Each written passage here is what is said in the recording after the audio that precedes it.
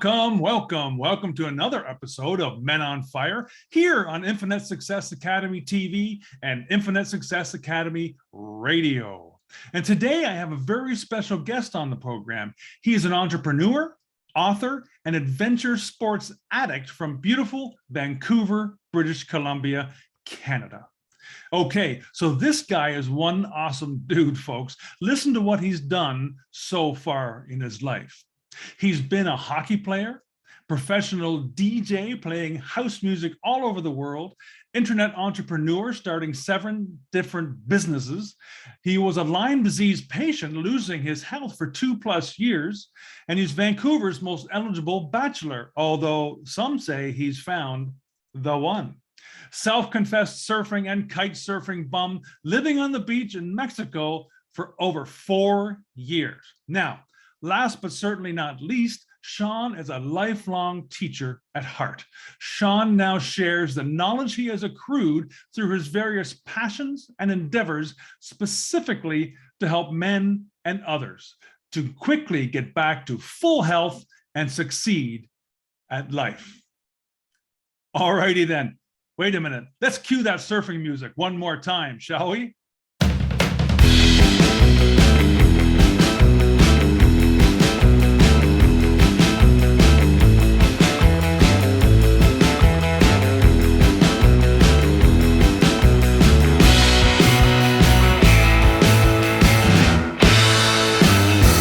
Okay, that's enough of that for now.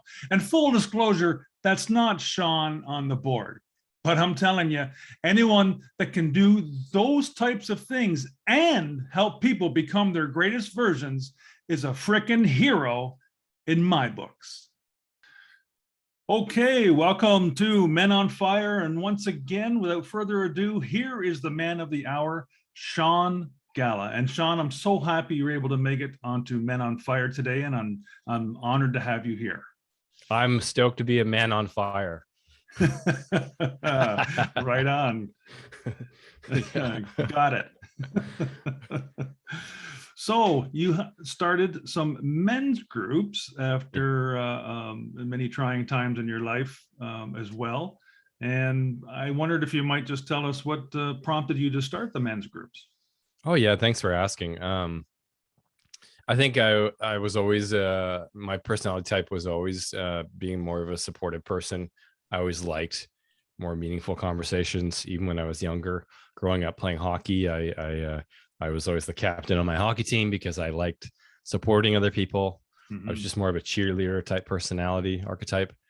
I think that's because I grew up in a household with a dad who was, very supportive, but emotionally not super available. And so when I saw that in other people, I really liked it. And so, yeah, went into the world and went into the business world, and probably should have been a counselor from the beginning, but instead became an entrepreneur, ended up moving around to different places in the world just to get that experience, and ended up moving to Mexico, where I just felt really lonely, to be honest. After the first year, it was just quiet, especially in the low season. People were coming and going. There wasn't any consistent friends. Right. And I was dealing with some difficult things in my life, just like a tough relationship with my dad, tough romantic relationship, some emotional issues that I had personally, and just needed people to talk to. So I threw my friends into a Facebook group, and the women didn't really participate and the men did. And then they said, let's go on a surf trip. And then we were on a surf trip. And then at the end of the surf trip, we sat in a circle, and I thought we were going to talk about business. Yeah. Because we were all entrepreneurs. And then a guy brought up something personal, and I was like, oh, this is interesting. Cool. That's how I got into it. Came by it honestly. Yeah, no, that's a humble and great way to get started in it, and realizing that that's something that you probably wanted to pursue more after that meeting. Yeah, I still had reservations, and I still do to this day. I'm like, I wish I could do something easier or cooler, like be a social media influencer or an athlete, pro athlete or something, but well, yeah, there's trials and tribulations with all those things. Like that's life. Yeah, that's life, right? Totally. And this is just what I'm made of. This is just what I'm built of and who I am, and that's why it's working so well. Yeah, no, absolutely, it certainly is. Yeah. So I was wondering maybe if you could picture if a woman was a fly on the wall of one of your meetings, what do you think she would see, and what do you think maybe would surprise her? Well, I love that question because every time I run into women and I tell them what I do, usually they're like, "Oh, what happens in the meetings?" Like they want to know. Usually because their partners aren't that expressive. Right. And so, yeah, what ends up happening in the meetings is, surprisingly, if you put a guy in a situation where he feels like he's not going to get ridiculed for sharing what's on his mind, he will eagerly share what's on his mind. Yes. And so you come into these groups and you just see a lot of guys just talking about normal everyday life stuff that's on their mind. It could be relationship stuff, could be just them wanting to improve some part of themselves. Maybe they're wrestling with a subtle addiction. Maybe they're trying to learn how to communicate better, or dealing with depression or anxiety or a work conflict or purpose. And they just want to talk to people about it. Right. Yeah. Well, that's great. So that might surprise her that there people are actually opening up. Yeah. And we've had the 300-pound biker bros who were in gangs. We've had hotshot investment bankers, pro athletes, doctors. It doesn't matter. It seems like guys that are really closed off and every their other part of their life, you put them in a scenario where they feel safe and they will share like the vulnerable stuff, the real stuff. Yeah, it's kind of universal, no matter what the guys like on the exterior. Yes. On the interior, we're pretty much the same as far as vulnerability goes, and not willing to maybe show our true hand. Yeah, and just we're hardwired for connection. I think we forget that for 2 million years humans lived in tribes, and we had lived these very intimate day-to-day lives with our families and our friends, and we'd share every detail. And it's only in the last like 200 or 300 years where we've kind of been living these isolated lives in our own houses, and we think that that's fine. And it's like, well, we still have these, evolution takes tens of thousands of years to change things in animals. And so, yeah, to think that you don't need that kind of connection is just foolhardy. It's short-sighted. And exactly. And that kind of brings me to my next question, which personally, my belief is that men and women, we both have a masculine side and a feminine side. And, sometimes that gets in the way of each other. But men, I think, are more feminine than we know, and women, I think, are more masculine than they know. But I'm just wondering that, do you think that the map that we're using, that men are using right now, has changed at all? And I'll give you an example. Like when I was in the military and basic training, we had to go on map marches. Yeah. And many sometimes they were night map marches too. And many times you'd look at the map and you go, the map's got to be wrong. This is totally wrong. But it's the same map you started with, and it is showing the territory accurately. But are you reading the map wrong? So, kind of as a metaphor, as we move forward with a map of where we think we should be, has that map kind of changed for men nowadays, or are we just not quite emotionally mature enough to read it correctly? Yeah, it's a good question. And regarding the first part of the question, the masculine and feminine, like surprisingly, we don't talk about masculine and feminine at all in men's group.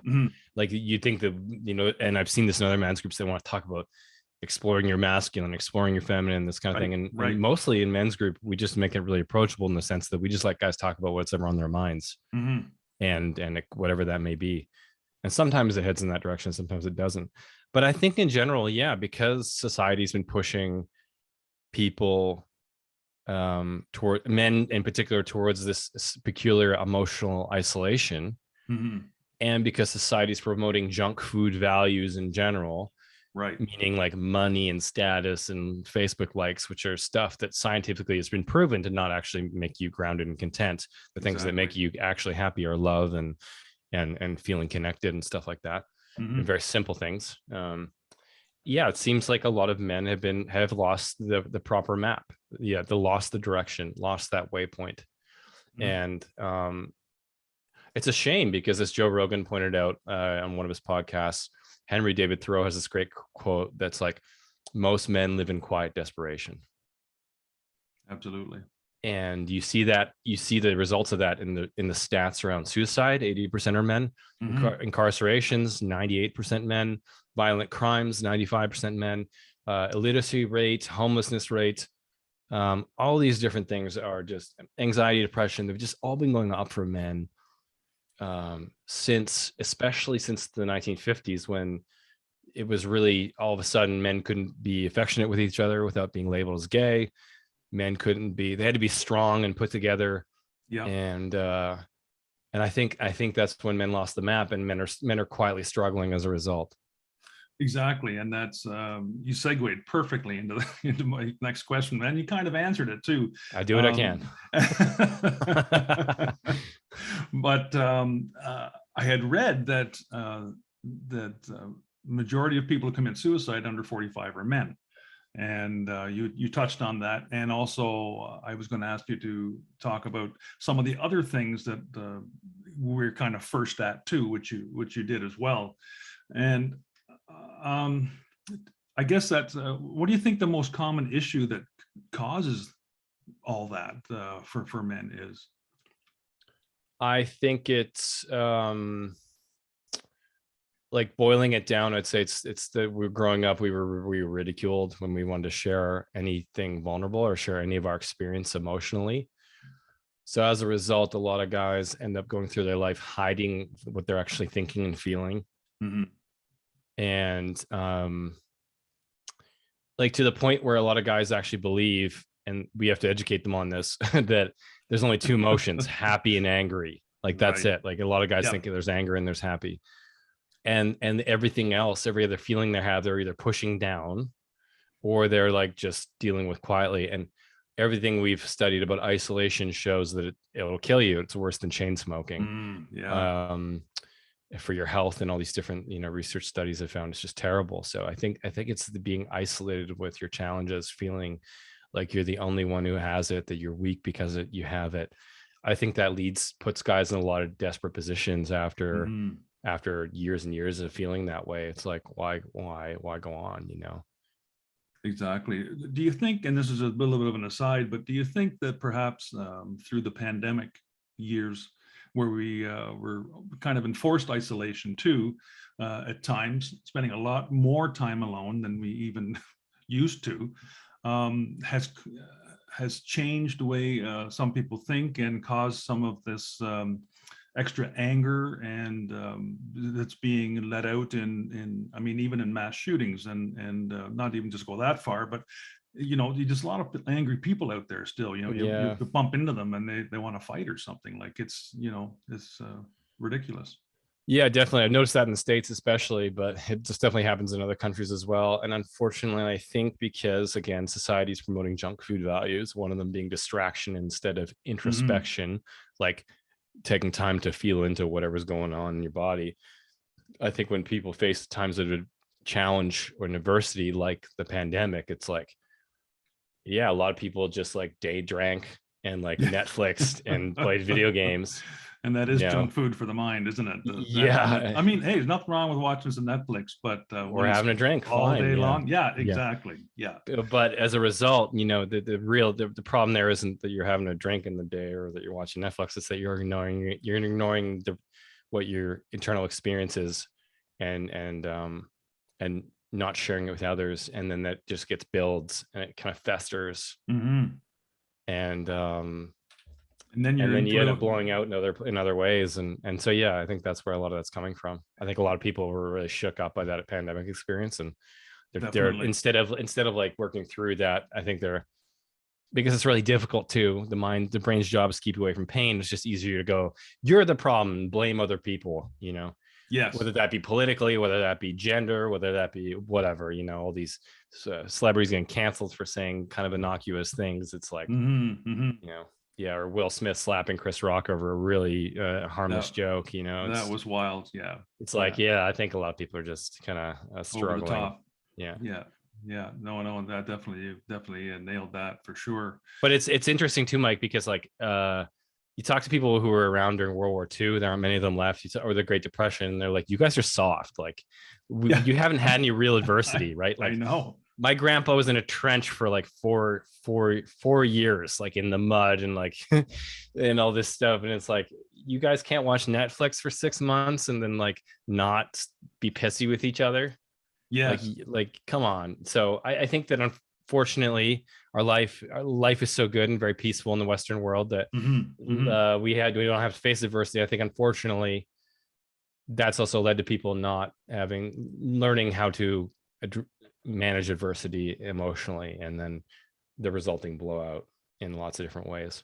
No, exactly. And, and there's lots of people that are buying military stuff and just wanting to be as if they were combatants in something, and well, that's an American thing primarily. Oh yeah, you got that for sure, for sure. But there is an equivalent, and there is I gotta be honest, there's like a very like there's an aggression in America. Like I notice it whenever I cross the border. Like as soon as you get there, all of a sudden I'm getting people fingering me in their car and all sorts of stuff. And you don't get that as much here. So I think it's like a population and also just a cultural competitive thing that America has that like European countries don't have as much, and we don't seem to have as much, but it still exists. It's still everywhere. I've known, like you said, I've noticed that stuff's ramped up since the pandemic. Oh, definitely. Yeah. My wife and I spend winters in Panama. And when you're down there, and there's a lot of expats down there, Canadians, Americans, Europeans type deal. But the Americans that come down there are so happy to be there, because one of the reasons they wanted to get out of the States was exactly what we've been talking about, and they've kind of seen through that, and that I just can't take it anymore. It's so that's a tense atmosphere. Yeah, and that there's other places like UK can be like that, and of course Australia, and these different countries in Europe that are like, seems like everybody in Europe hates their neighbor. Yeah. Well, we've had our moments in Canada too, right? Yeah, totally. Yeah, but I think it's been interesting to observe how people have been handling that and blaming others. Yeah. So do you think when dealing with in relationships, and it doesn't have to be man and woman, but man to man or woman to woman, do you think that we're just mainly because of those things, some of the things we just talked about, that we're not paying enough attention to each other, and then we're having such a difficulty understanding one another? I mean, I know one of the things that I've teached in some of my coaching is boundaries, right? So you have certain boundaries, and let somebody else know them, because if they cross your boundaries and you didn't tell them, it's not really their fault, right? So once you establish that, and then the boundaries meld together and they start crossing, and you can have a great relationship, Yeah. So I don't know if maybe you think that's part of what we discussed about is also causing difficulty in relationship, even when we get a chance and get out of our isolated homes and that sort of thing, and get out there again. I mean, I found living a little bit north and not being like right in the city, that I didn't see a whole lot of people for a long time. And then when I did for the first time, even like a 15-minute conversation being 6 feet apart was like taxing. Yeah, totally. Your brain goes, wow, how did I manage that 15-minute conversation? Because I wasn't even used to it anymore. Totally. So, yeah. So it's amazing how we change. It seems like a lot of people realize that social skills are a muscle, and if you don't use them, they will atrophy, just like any other muscle. Exactly. Yeah, but I think beyond that, I think the main challenge with not living an introspective life, which is not investigating your own emotions and maybe talking about those people as part of that investigation, just curiosity around where those feelings come from and why you have those, and in what ways they're causing behaviors you don't like, is that it's hard to hear other people through those things. Right? Like, especially in it seems like the closer a relationship is like to what we have with our parents, that the more our emotions fire up. So like your romantic partner and your kids, right? It's easy to go from 0 to 100 with them and get upset and get triggered. And I just think that a lot of people, unfortunately, because they don't understand their own emotional stuff, that emotional stuff clouds their interactions with the other person. They can't even really hear what the other person's trying to say or what they are actually need. That person also isn't able to communicate what they need because everybody sucks with boundaries. And they're probably also waiting in their own emotional stuff that's influencing how they're experiencing it. So it's like just a very it's muddy waters on both fronts, you know, versus being if you're a person that like really takes time to, whenever you get triggered, to like try to unpack that and break it down, and whether it's through a journal or talking to a therapist or whatever it might be, you know, and then you're with somebody that also does that, then you can have conversations that are more like, I feel like Katie and I are at a place where we can actually hear each other when we're upset, like, and get to a place of, what do you really need? Like, how can I fulfill that, you know, and vice versa. But most people, most fights, most couples, I don't see them really getting here that often. No, and you know, I've heard it called the honeymoon effect. You know, where you're on your best behavior when you first meet, or for a certain length of time in a relationship, and then as you get to know each other better, it's kind of the real emotional being comes to the surface, and then you go, wow, that's not the person I thought you were. But you know, we all have that, and we all are on our best behavior at times. But we, like you said, you know, you have to be able to learn to recognize it when that happens. And then chat about it. And just understand your own stuff. I can give you a quick example. Katie and I were surfing yesterday or 2 days ago. Katie and I have been together for 3 years. It's the flowiest, smoothest relationship I've ever had. Oh, nice. Well, it's fantastic. I've been in so many terrible relationships, you know, with all sorts of conflict and just different communication styles. And it's so nice to be with somebody where it's just, you know, she owns her stuff and I own my stuff. And so it's easy to move through conflict and get back to a good place. And so I'll give you one example of that. So we're out surfing, and she's new to surfing, and I'm experienced with surfing. So already that's like a bad dynamic for a couple. And I had a really critical dad. So growing up playing sports, he was really tough on me. So if I missed something, if I made a mistake, he'd go, why didn't you go for that? Trying to be loving and supportive, but like, you know, it was kind of like intense. And so now Katie's surfing and I'm trying to help her, and I'm getting intense. So she misses a wave. And she's been surfing great the whole time. We just shared a wave together, which was a really special moment for me because I never thought that would happen. It was beautiful. And then like later, this beautiful wave comes through. She doesn't go because it looked like somebody else was going to go. I was like, babe, why didn't you go? You should just go. Like that person's not a good surfer. They didn't get it. Just go. And she took it critically. She's like, why do you have to be mean to me like that? And it was because I delivered in a short term and stuff. So I said, and then I got upset. I'm like, why can't you be open to my feedback? And then she said, I don't know. And they kind of escalated from there, but it didn't really get into name. It didn't get a name calling, didn't get into, and it was like, you know, 10 minutes later, when ended up so I paddled away a little bit, gave it a little bit of time, came back. And then like 10 minutes later, I'm like, I'm sorry. I know where that comes from. My dad was really hard on me. I find it hard not to be coaching that way with other people. She said, yeah, I'm sorry too. You know, my dad was really gruff and short with me. And so I get super triggered when like some people make it sound like I'm not doing good enough when I'm trying really hard. And so both of us realized that it wasn't even about that situation. It was about our pasts. And so we can continue to then try to communicate in ways that work to get work for the other person better moving forward. So the whole thing lasted, I don't know, 15 minutes, and then we were back into a good place. And in past relationships, that would have been like a 3 or 4 day funk. We would have been you're colding people out, give them the cold shoulder. Exactly. And we can only do that because individually we both take time when we need to like in those 5 minutes when we were away in the waves, we were both thinking the same thing. Oh geez, that was an overreaction. That was a disproportionately large reaction to the situation that was in front of us. It was usually symbols. It was something from the past that we found painful, not the situation itself. Okay, what is that for both of us? We're literally like journaling in our heads or unpacking it with like a therapist in our heads.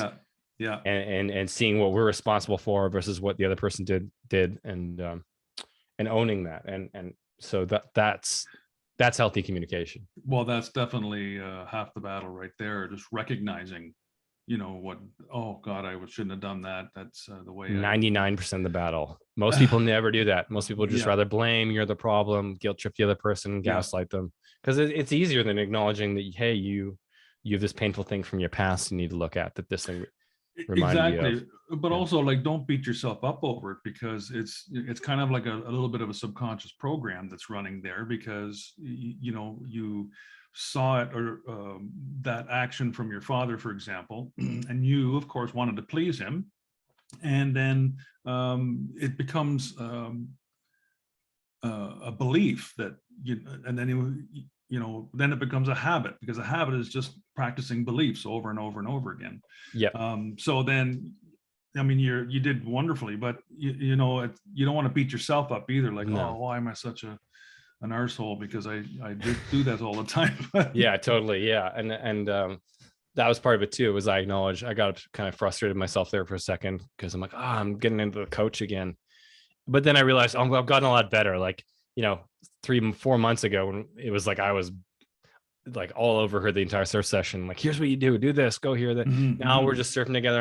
I'm seeing things, but I'm not saying anything, because I know it's not constructive. And then I slipped up once, so I'm like, okay, I'm doing great too, that's fine.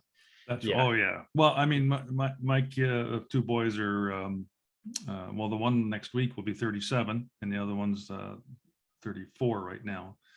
And the parenting is long gone, right? But when you want them to maybe go in a certain direction that you feel might help them, it's just suggestions, right? That you have to, exactly. and gentle suggestions. Plant little seeds and Yes. And let them sprout, and Totally. Yeah, instead of trying to do it this way. Exactly. Yeah. It's so true. it's a different style for sure, because it doesn't work trying to beat it into them anymore. No, I know, but nobody responds well to that, really. No, right? no, At least no. not in the long term. Like, maybe in the short term somebody can, but. And that's why motivation is to me, I'd rather be have inspiration, not motivation. Yes. Excuse me. And because motivation is, to me, is temporary. Like a hockey example, your coach motivates you for that game or for that shift by shift, and maybe by yelling or whatever, that works. But you see coaches get fired all the time, where their time runs out because their style is not working any longer, right? The guys stop listening. So it's only a temporary, where if you can inspire them to a goal instead, then the motivation comes from within. Yeah, interesting. Yeah, I've also noticed that the best way to motivate people towards a goal isn't to tell them what to do. It's actually to just be an example. Absolutely. If with surfing, if I'm just killing it, Katie's gonna see that, and people are high-fiving me and going, "Oh, you're doing so good." It's like, and she'll want to do that too. She'll want to do that too, And so the more I've learned, that the more I just leave her alone, and the more that I progress, the more she's like, okay, I want to be like that. I know she's been asking me more questions lately, and she's been more open to some of the training stuff that I've been doing. And I'm like, interesting. I just have to sit back but also it comes down to boundaries, which I'd love to talk to you about, Mike, since you brought it up. I know this is your interview and your topics, but I'd love to talk about boundaries, because that's something I've had to learn and study, and it's brought up every day in men's group. Yeah. So the reason why I want to get into it is because we can't talk about emotions and communication and relationships without getting into boundaries. Boundaries is something we face every single day of our lives. Constantly, people are testing our boundaries without knowing it. And it's up to us to be able to set healthy boundaries for our self-care. Absolutely. The problem is that everybody's basically retarded with boundaries. Like, really, like, most people's parents were not good examples of boundaries, how to set them or how to receive them. So most of us really struggle with this, and you might not even be aware, but like, when you start to understand what boundaries are and what they look like, it starts to become apparent that it's something you could probably work on. Sounds like you end up coaching a lot on boundaries, Mike. I think it's really important in relationships, and honestly, life is relationships. Like, it doesn't matter what that is, whether it's something physical, or your relationship with money, or with your spouse, or your friends, or your teachers, or your peers. It doesn't matter. Life is about relationships, and we have boundaries with all of those things. Mhm. So it's, That's it. yeah, very Exactly. important. Yeah. And so I was somebody who struggled with boundaries. I was such a people pleaser, such a nice Mhm. guy, full on nice guy syndrome. And just always struggled to say no to people. And as a result, ended up blowing a lot of my energy out on stuff I didn't want to be doing or on Mhm. people that I didn't really want to be spending time with. And also just people that weren't treating me well. Exactly. Yeah. But yet we Yeah. continue because we want them to like us or love us, right? Yeah. So Yeah. that's where the introspection piece came in, was realizing why I do that, So that's Mhm. probably the first step, is why am I like this, And it's, I didn't feel like I was lovable as I am. I felt Mhm. like I had to appease them to be accepted and to be loved. So that was kind of step one, was digging into that. So again, that introspection piece, that journaling, or whatever your thing might be, I'm getting a coach like you, Mike, a therapist. It's like just starting to get to know those parts of yourself. But then really, it was a process of me having to learn about boundaries and how to set boundaries. Mhm. And it was like a 3-year journey. And I read books and I listened to podcasts and I talked to my therapist and coaches about it. And do you want to know the distilled version of what I learned, Mike? Sure. Boundaries comes down to two things, at least setting boundaries. Mhm. We'll talk about receiving boundaries in a second. Setting boundaries comes down to two things. Number one, you need to know what you need in the moment. And that's actually the hard part for a lot of people, is they've been ignoring themselves for so long and saying yes to other people, that just like how we said communication skills after the pandemic atrophied like a muscle. Yeah. Yeah. Yeah, that internal probe where you send a probe down to your body, just this little pulse down there, and you go, is this good for me? What do I need from this? Like, let's say a friend says, hey, you want to go for a beer night? And you feel a little uncomfortable. Like you feel a little bit of resistance to that. It could show up as anxiety or just like agitation or whatever. And what should happen is you should be able to send a probe down there and be like, why do I not want this? Okay, yeah, this isn't good for me. And maybe you don't even get an answer back, but you recognize the feeling. The Mhm. problem is that most people haven't done that for like 10, 20, 30, 50 years. And so Exactly. that voice is really quiet that says what they need. Mhm. The good news is that it can come back. That internal compass is there forever. Doesn't matter how long you've ignored it for, it's still in there. And, Absolutely. and so first step is to get clear what you want in the moment. And that can be really hard because, somebody's standing there like looking at you, waiting for a response. And so you Mhm. can say things like, let me get back to you on that.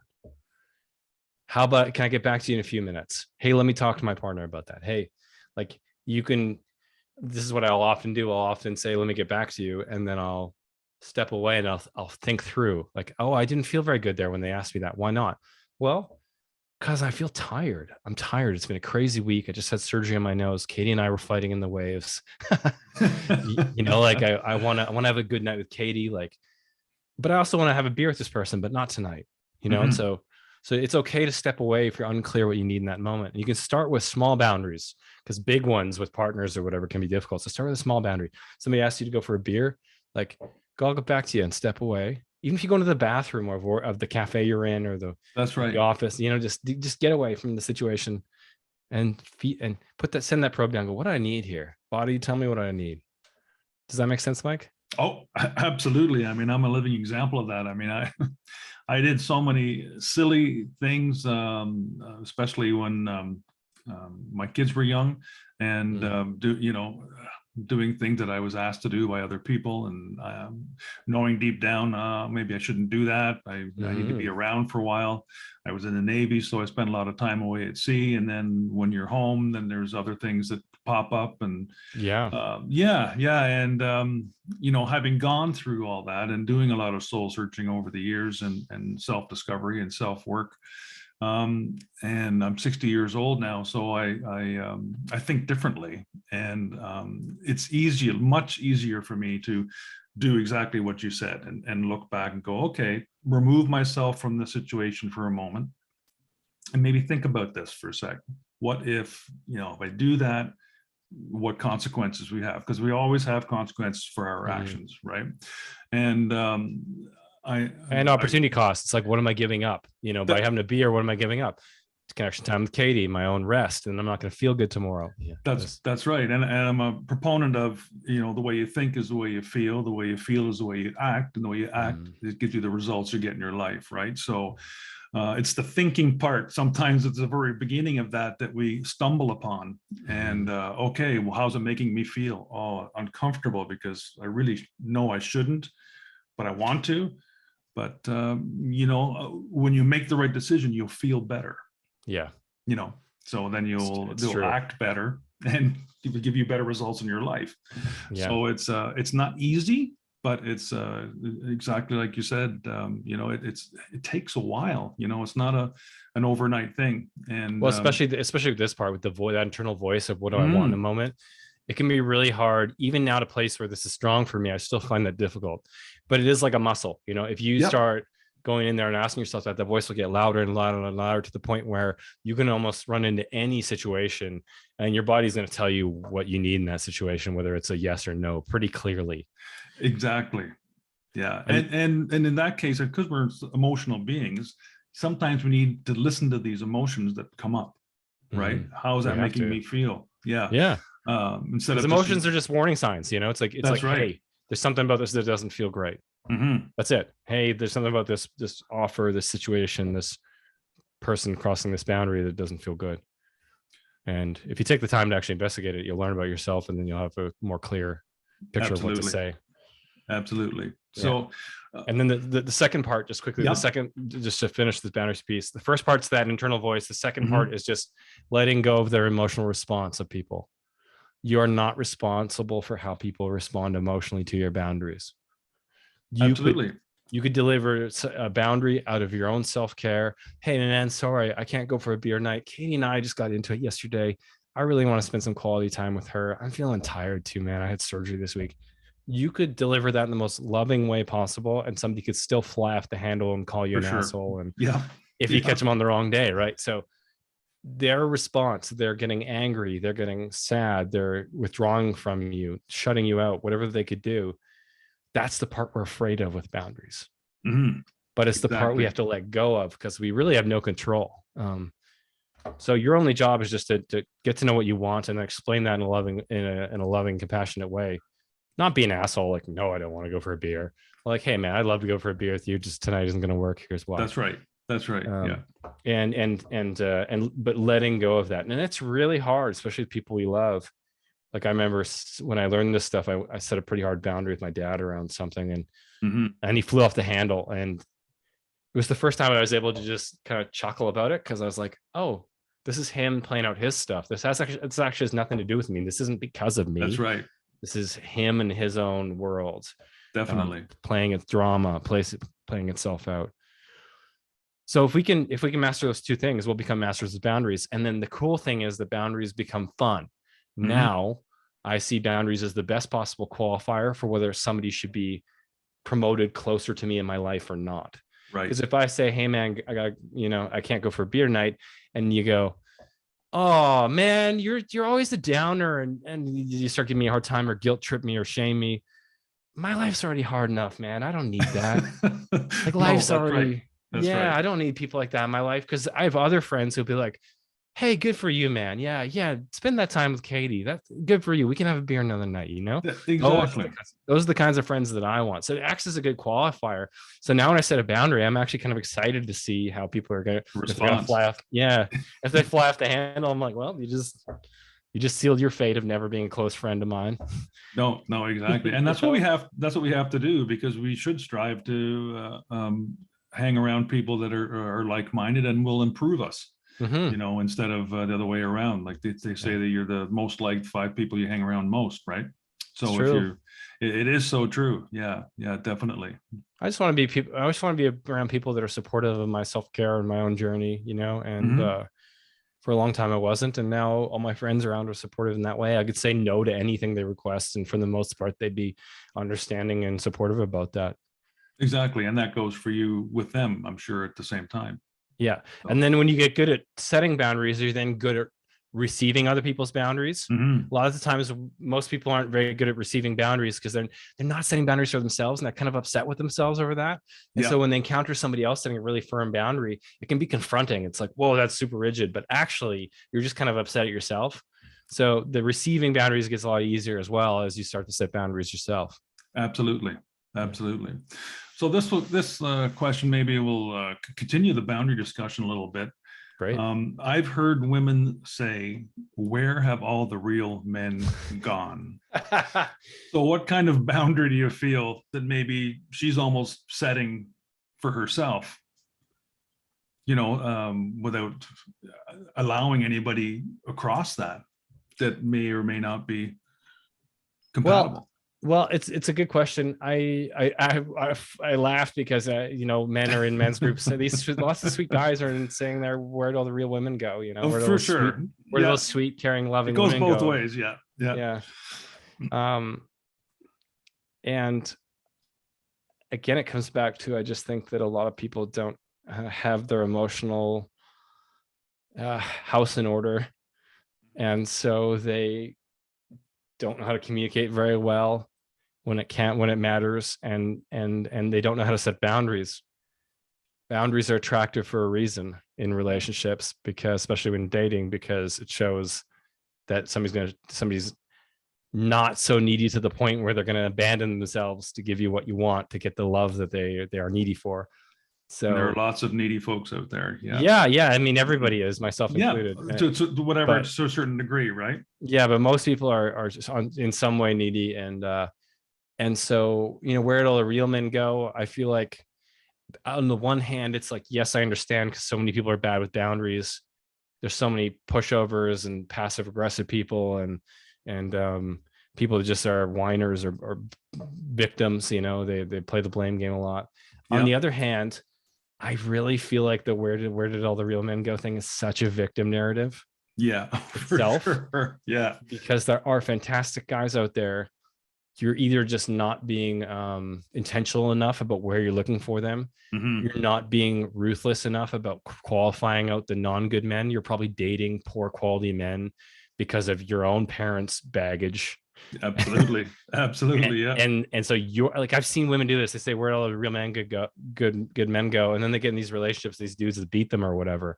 Yeah. And they're like 35 and they want to have kids, and they're with a man who's 26 who's got a drug problem and is abusive. And I'm like, well, you're kind of choosing the men that are gonna, and before I met Katie, I had to come to terms with that and be like, the way I was approaching dating was not working. The things I was drawn to seemed to not be working for me. I need to look for this kind of a person, and I need to be ruthless about that. And it paid dividends. So I think that's an example of not being a victim. Yeah, and I went through the same thing with after my first wife and I broke up. Dating a number of people, and I guess I was 48 then. So 48 getting 50, it's not the easiest dating scene. No. But anyone you've been with, we were together for just shy of 26 years. So you're with the same person for a very long time. And now you're out there putting yourself out there, and they're putting themselves out there. Mm-hmm. Nothing seemed to really work until I decided to, yes, of course, I decided to have some higher standards, if you will. Yeah. And also I decided to stop searching, just to stop searching for love and let love find me. And once I was able to do that, my current wife now, my second wife, was a perfect match for me. And she found me, and she had gone through a similar thing. So we found each other, but she wasn't looking either. Yeah. That's what was so surprising to both of us. She told me one night, she goes, I love you, I want to be with you, but I don't need you. And I said, I'm so happy to hear you say that, because I don't need you either. Yeah, I've proven to myself I can live by myself. I can take care of myself. I don't need somebody else, but I want somebody else. Right. Yeah. So that's a whole different thing. Instead of the needing, it's the wanting, and working together and having the boundaries just fall. So it's Totally. Mhm. Yeah. So much of this is doing our own work before the relationship to be in a healthy place. And Mhm. like you said, that's a great summary. Is like, not Katie and I feel the same way. We've talked about how if we woke up tomorrow, we'd obviously both be really sad, like really Mhm. Of devastated, course. but we'd be fine. Yeah, And and in past relationships, I did not feel that because I exactly. wasn't okay with myself. I was too needy, And so, if anybody says, where do real men go? I'm like, you probably haven't been looking at your own actions that cause That's you to be right. with the wrong men. Mhm. And you also probably aren't being intentional enough about your approach to men. You're still letting those old patterns dictate, you know, do the partner you choose. And number three, you're probably not being real about what the process is. Dating is sales. Yeah. It sounds terrible, but like if Oh you no, it's have to knock on true. 100 doors to get one yes in door-to-door Yeah, sales. And like yeah. that's how my experience with the dating process was. I take a bunch of little coffee dates just to see if we had chemistry, if this person was a fit, and 99 out of 100 knows. And then the 100th, it's like, oh, here's a person that shares my because you have to share values and communication style and be at the right place and the right time in your Exactly. life. There's so much that needs to line up. So it's like, Oh, yeah. to not put yourself out there and expect that you're just going to meet the right man, you know, on your second date out there. I think it's a little unreasonable. Oh, absolutely. I mean, it can happen, but the chances are small, right? Chances So, are small. yeah, Yeah. yeah. So I wanted to talk about a couple other things that people say or have heard say, and that maybe society has um, pushed men into certain genres or groups that you've heard these say. I just want to get your reaction from them. So the first one is real men don't cry. Mm-hmm. Yeah. Super ignorant statement. Anybody who says that or believes that's just a Neanderthal. I don't mean to be dismissive or like to make fun of people, but it's like every single human being has these hardwired systems in us. The same way you have a digestive tract that digests food, you have a spectrum of emotions, which is really just a release of hormones that make us Mm, feel certain things. And so to deny that that exists, or to think that because you know I have a penis or whatever, that I don't have that other system, it's right. ridiculous. And it's dogma like that that's causing a lot of great sweet men to end up in isolating situations that lead to some of those terrible stats like suicide and anxiety and depression. Exactly. And the next one I was going to say was all men are dogs or skirt chasers or predators, and that's probably Yeah. a jilted lover talking there or something like that. But it doesn't do us any good being painted with the same brush. Yeah, totally. I mean, any of these generalizations are usually the warning for anybody listening would be any of those generalizations that you have or that you hear, Mm-hmm. they're usually victim stories. They're usually victim narratives where that person saying it hasn't taken responsibility for their side of the experience, their role in what happened to them. And so it's just easier to point the finger at that group of people that wronged them and say they are the problem. But in general, like this one hits close to home because how my insecurities played out when I was younger was womanizing. Mm, I chased women and sex for my validation. exactly. It sucked, but it sucks to say, but like they're almost like trophies to help make me feel better about myself. Mm-hmm. Yeah.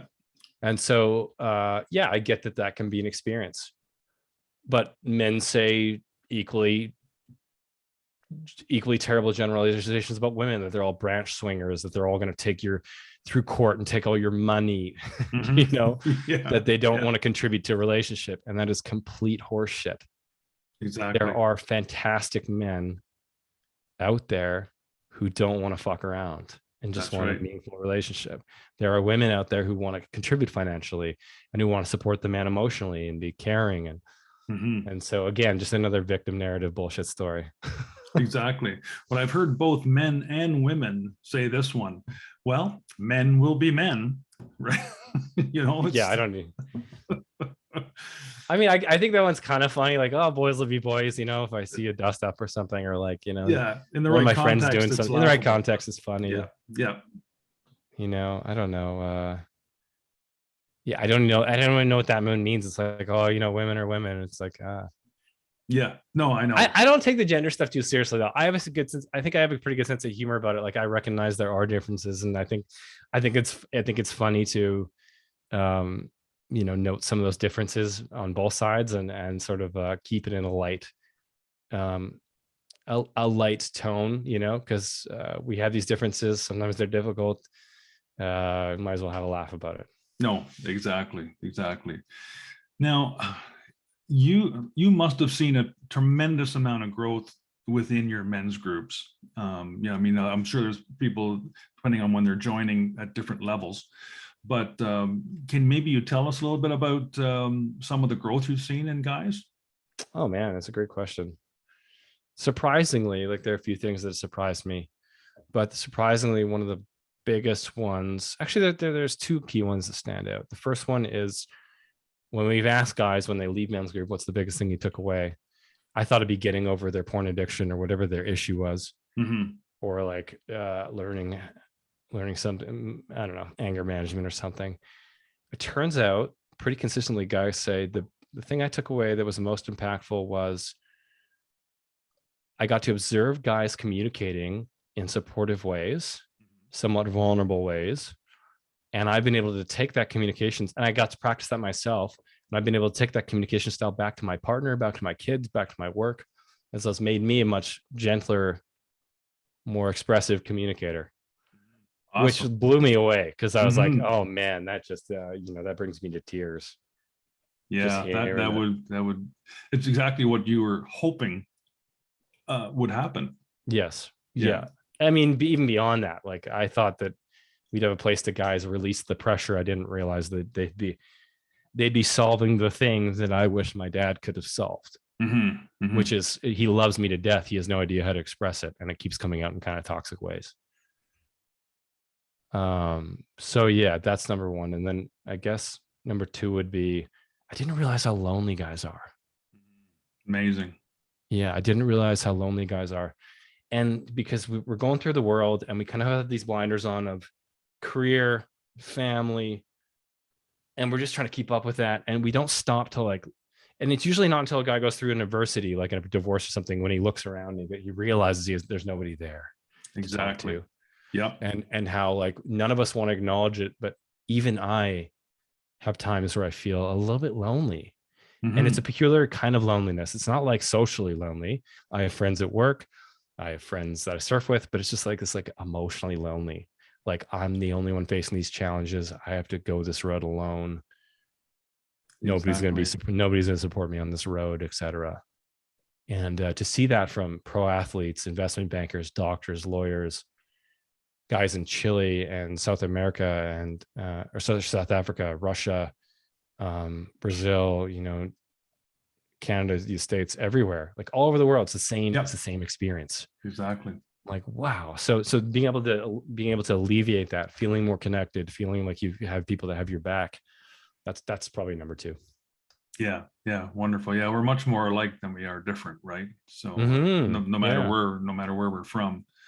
And of course, we discussed that earlier, but went through a lot of that when my first wife and I broke up. But I experienced it later because my dad had passed away, and then about 7 years later, my mom passed away. Oh, I'm sorry. And then it's just a funny feeling when it was a lonely feeling, because both the people that brought you into the world are no longer there, right? And I remember things happening. Oh, I gotta pick up the phone and call mom. Oh, I can't, But it was, although I already had, other people in my life at that point, and my children and stuff, it still felt so lonely, and it took a while to kind of sort itself out. Yeah. But I mean, we all like our own alone time at times, right? But it's that loneliness feeling where, like, exactly like you said, where it's almost like a helplessness, and you don't have the control, because we all love to have control, although control really is an illusion. We rarely have control over anything. Yeah. But it's different. Definitely. Solitude can be healthy, right? Like, solitude's very healthy. Isolation is not. Exactly. And I think the difference is wanting to be there. Like, solitude can be lovely if you need some time away. Isolation feels forced, feels like you're trapped. It's like a prison sentence. Yeah. And even I, like, if you saw me in my Facebook, you're like, wow, Sean's a popular guy. And my Right. girlfriend and I both work from home a lot of the time. So I'm around her a lot, and I have surf buddies, and I got all these guys in men's group who honestly would love to talk to me. Mhm. I still feel lonely with my challenges. Right. I've got a men's group that I talk to once every 2 weeks. Those guys have my back through anything. I can call them up right now. They'd answer it's like I have the bat phone, it's like the Right. direct Yeah. line. Yeah. They'll pick Cool. up no matter what they're doing. I still feel lonely. So that's interesting to see that in other guys as well. Yeah. Yeah. A lot of other guys. Yeah. Mhm. No, And exactly. my sneaking suspicion is that it's not a self-selection bias. It's not just because guys are selecting a men's group that they're lonely. I really do think, in the guys I observe out in the world, there's subtle signs that most guys are going through the same thing. Exactly. Exactly. Yeah, I think we're either lonely or and what I know with one friend of mine, he's lonely, but he just keeps so damn busy doing something. I think so he doesn't have to stop and think about it, That's it. or be with himself, because then it's like the music stops, right? And it's like, what? Yeah. And you try to talk to him about it, but he's not that approachable about it. Maybe one day we'll be able to discuss it a little bit better, but Well, this is why so many people freaked out during the pandemic, because they had to Yeah. sit there with themselves. Like, people Mhm. went crazy and started attacking each other on social media and started getting offended about all these things. No. And like, it's like, yeah, they had to sit there with themselves, and that can be kind of scary. So do you think, I mean, because I mentioned before, I come from a little bit of a spiritual slant too. So do you think that we're really kind of not, most people aren't aware of who and what they truly are, that we're, spiritual beings just inhabit a physical body that we park A meat ourselves suit. in for Yeah. this journey, Yeah. no matter what you believe about higher powers or if you're going to come again or whatever, you still, you can't avoid thinking about something like that. And I think it Yeah. helps you sort things out. Yeah, it's interesting because it's a great question, Mike, because like, I did not come from a religious background Well, at all. religion is not spirituality. No, Right? I know. Yeah. Yeah. Sorry. Yeah. But I'm going somewhere with this. It's not Yeah. carrying Go right through. ahead. It's like, I look at my friends. I have a couple of friends that are deeply religious. And even though I don't agree with a lot of like, my values don't align with a lot of what their religions preach or whatever, I'm jealous of the fact Mhm. that the big looming existential questions of why am I here, who am I, they're all answered for them. And so they Right. seem to have an ease about that. They don't have as much I don't know, just like ruminating on why are we here and what should I be doing and this kind of stuff, and they have faith that there's a plan for them and stuff like that. And I feel like, especially in the Western world, we've lost a lot of that. And as a Mhm. result, like, and then that coupled with this society pushing towards distraction, because distraction equals money for these companies. Right. It seems like then what ends up happening is people just distract themselves until they die. Like, you could go walk through the city and Exactly. distract yourself 24 hours a day until you die, right? Yeah. Shopping, movies, video games, whatever. So sports. So like, I think people just, they end up staying away from it. They just end up not even going there and getting another spirituality, because spirituality seems to only be, at least big part of getting in touch with it is that whole thing about solitude. Like, you need to be in silence. It's an introspective process. Definitely. Society's promoting, everybody's pushing in the opposite direction. Mm-hmm. And the other thing I found about it, as well as, it's kind of almost like when you become a parent, that you're realizing that there's something out there more important than yourself. There's something out there bigger than yourself. Yes. So you're not just thinking of yourself all the time and trying to keep yourself busy. There's other things that are much more important that you would, for children, for example, that you would give your life for. Yeah. And that is a big growth portion too, to realizing that, and realizing it's not all about you all the time. Yeah, totally. And like, all the recovery programs like Alcoholics Anonymous, like, a huge part of the process is reconnecting to spirituality. I found that anybody who goes into personal growth stuff always ends up there for the most part, because you just have to. It's like, as you're getting to know yourself, it's like, okay, well, what about this? Like, why am I this way? And why do I have these tendencies? And why am I drawn to certain things? And why do I feel so why do I feel so connected to the ocean when so many people look at the ocean like such a scary place, you know? Mhm, mhm. And it's like, why do I feel so connected to everything when I'm out there with the Exactly. animals, the waves, the trees, you know? It's like, and if I sit there and I feel in that feeling that I feel out there, there's something that I experience that isn't like nuts and bolts, you know. So I think people, the more you get into perspective, I think you have to address spirituality, and it seems like people that do are more content. Yeah, If you have some kind exactly. with some kind of spiritual framework, whether that be my friends with religion or a Whatever personal that is. framework, or yeah, whatever that is. Yeah. Yeah, yeah, you work it out for yourself. Yeah. But yeah, yeah, wonderful.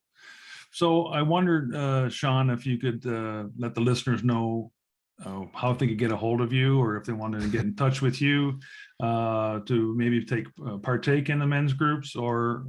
or I Well, think you're an author too. You have a book out about Lyme disease. We didn't touch on that today, but oh yeah, yeah. Well, I've been through a lot of adversity. That's the other reason why I seem to be well suited to men's groups, because I've gone through bankruptcy when a business failed. I've been cheated on a bunch. I've dealt with addictions, you know, and difficult relationships, and I got sick. Yeah, I got chronically ill with Lyme disease. So I just wrote a book about my journey and what I learned and how I got healthy again. But yeah, the main thing is we don't have any social media or anything. It's just mensgroup.com. We got a right. ton of great articles and videos over there on every kinds of nuts and bolt kind of guy issue, all sorts of personal development stuff.